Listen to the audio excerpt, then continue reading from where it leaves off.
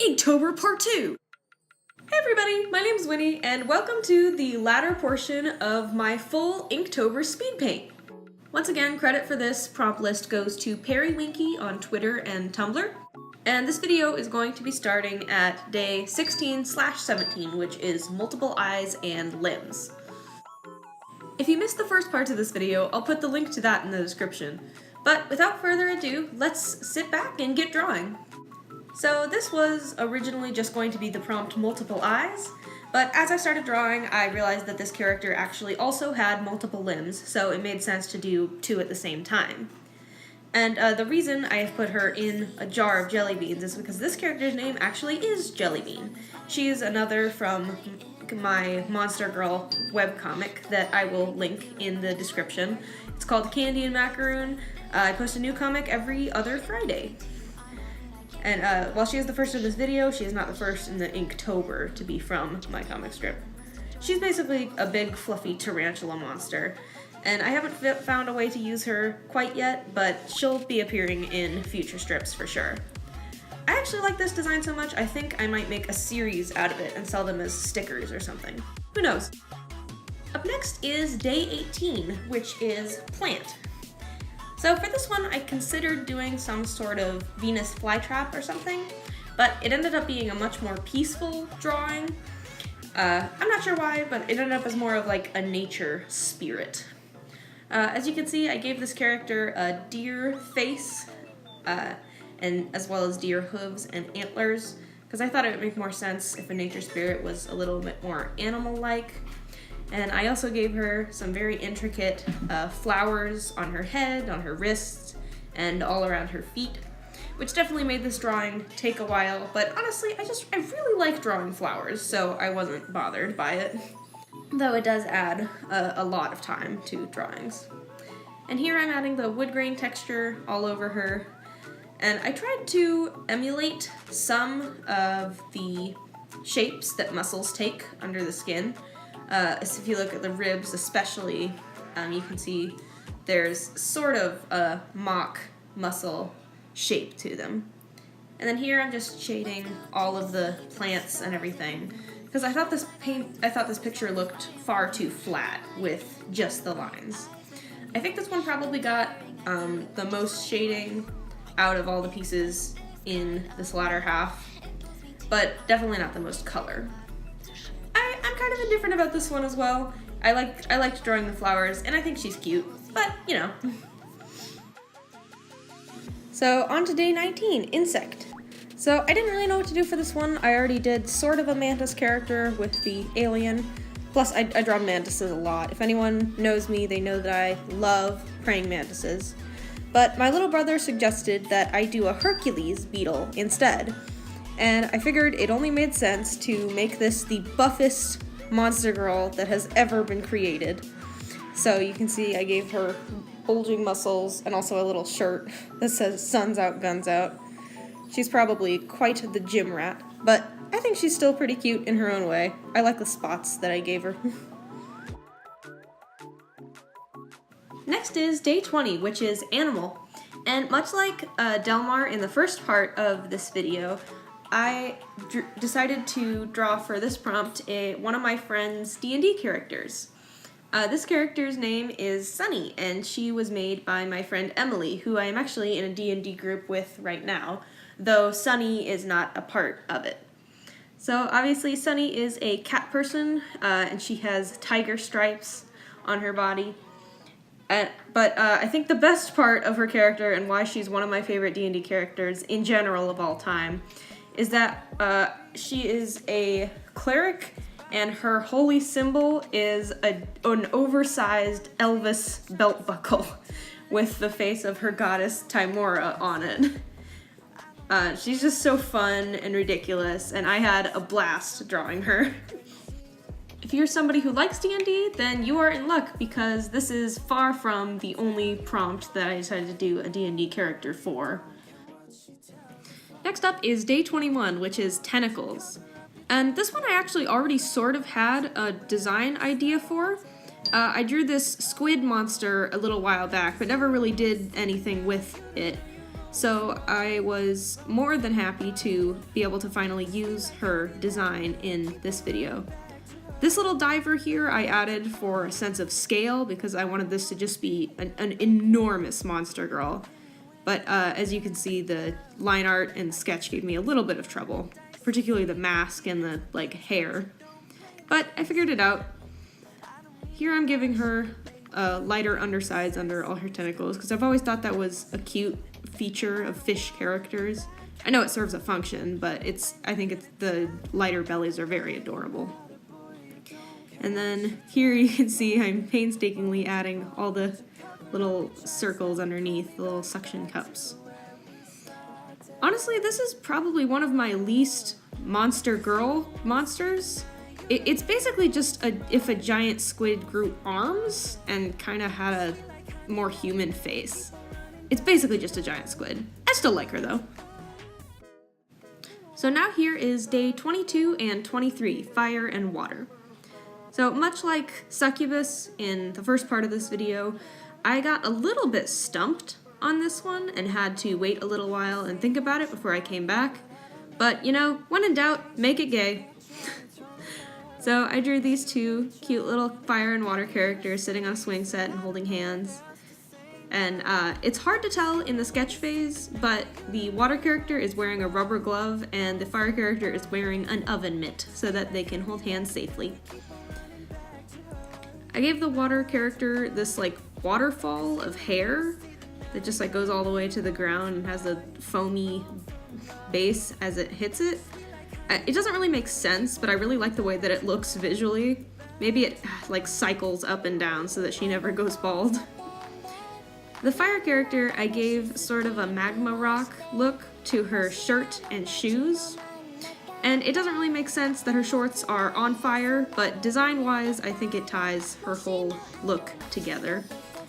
And speaking of designs, as a quick aside, the fire character, I think, bears a mild resemblance to another fire-based character that actually comes from my other series that I do. It's a superhero one, which I found funny because they're both fire-related, but I definitely did not do that on purpose. So here I'm just coloring everything in. I gave the water character a little fisherman's net with some shells over it for a shirt. And I decided belatedly to make the fire character the light source. I figured that made sense. So this one got a little more shading than some of the others did. But I think it came out really cute. I like it a lot. Next up is day 24, monster character from media. For this day, I decided to draw Barbie. And no, I don't mean the doll.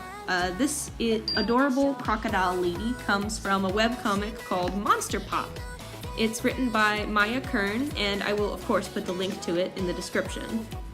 Now, while Barbie isn't one of the main characters, she immediately caught my attention in the background because of her fashion sense. As anybody who knows me knows, I love Lolita fashion. I love ruffles and colors and bows and all those kinds of things. So I really had fun with this one. I went all out on the ringlets and the ruffles. You can see here I'm using red lines just so I can see the smaller lines of the hair better, because I wanted to add a little bit more definition. And as far as the comic itself, I would highly, highly recommend it. It's a rom-com series with some dramatic, intense scenes, but equally as many funny scenes, and all the characters are so likable, and I am just so in love with this comic. Maya, if you ever see this, I love your stuff, and I loved drawing your character. Keep up the good work. So here she is. I decided to put some bows in the background because why not? You can never have enough bows, right? But as cute as I think she looks here, trust me, it's nothing compared to the art style of the original comic. So once again, if you are interested, go read Monster Pop. You definitely will not regret it. Next is day 25, Swamp Monster. Now at this point I was all caught up on the days, so I decided to do something crazy and add a background to this. So this character is another one from my webcomic, and her name is Tapioca. Now obviously she is a swamp monster, and unlike some of my other characters from my webcomic who live in suburban or urban areas, Tapioca is unique in that she lives in nature, in her swamp. So it only felt right to include her swamp in her picture.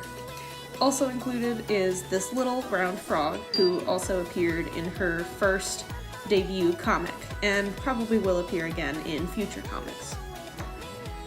I had a lot of fun with this one, even with the complicated background. Specifically, like, drawing all her hair, which isn't actually hair, but if I told you what it was, it would spoil the punchline of an upcoming comic.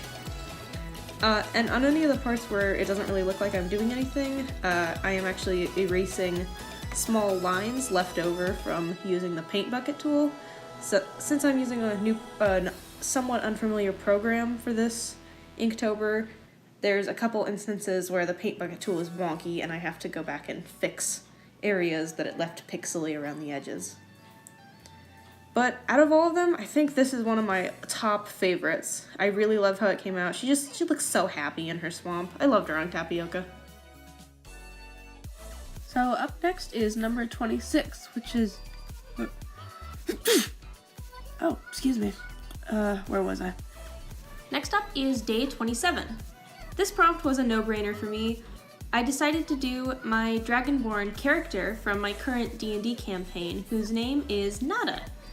She is a bard, and she wears a lot of crazy jewelry all the time.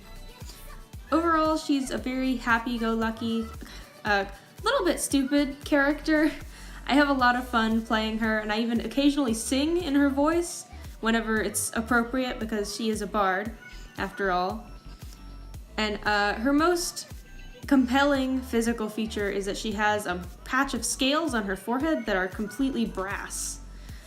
But I won't go too much into that in case any of the people in my group are watching, because we're not that far into the campaign, really. She also wears a little tunic that she's put together out of different scraps of fabric that have been hastily stitched into one sort of garment. And if you can't tell from looking at her already, she is obviously supposed to be a bearded dragon, which is kind of the joke. So, I don't know why, but I ended up with 3 D&D prompts in a row. And I'm sure it's just a coincidence, but I just thought it was funny. But anyway, this character's name is Doll, and she is an NPC from the campaign that Nada is from, known as Cathedral. She is kind of a robot cyborg character, android kind of, with a very steampunk appealing aesthetic. And she's got all these exposed gears and cogs in her face and in certain parts of her hands, which were really fun to draw. I had a blast with all the detail work in this one. But the reason she is in half here, if you can't tell, is she actually was collateral damage in a fight that our party had with some space pirates. Not space pirates, but like futuristic pirates. Long story short, she got hit with a laser cannon, so the rest of our campaign thus far has been focused around getting her unbroken.